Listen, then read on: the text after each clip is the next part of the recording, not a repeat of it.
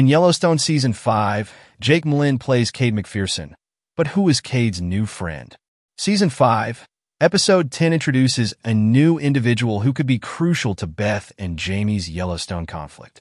After going back to Rip's time at the 4-6's ranch in Texas at the start of Episode 10, Season 5 shows Cade settling into an old Dutton ranch house. Episode 10 forces Cade to recall his history. Beth visits her brother, Attorney General Jamie Dutton, and believes he killed their father.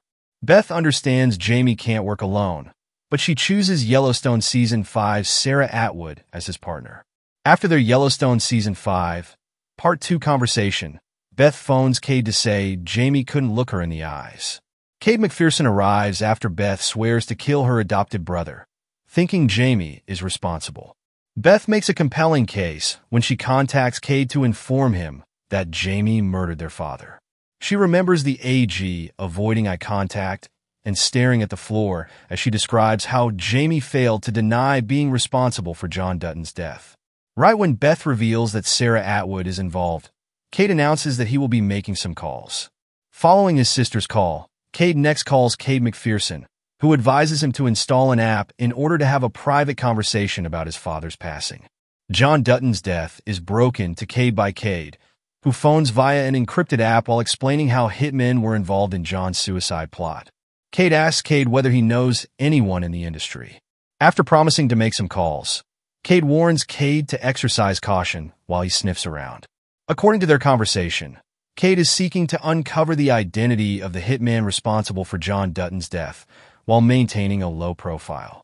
To Cade, Cade says Amber's in Houston, implying that the hit must have cost a significant penny. There's a good chance that McPhereson is a former Navy SEAL buddy of his.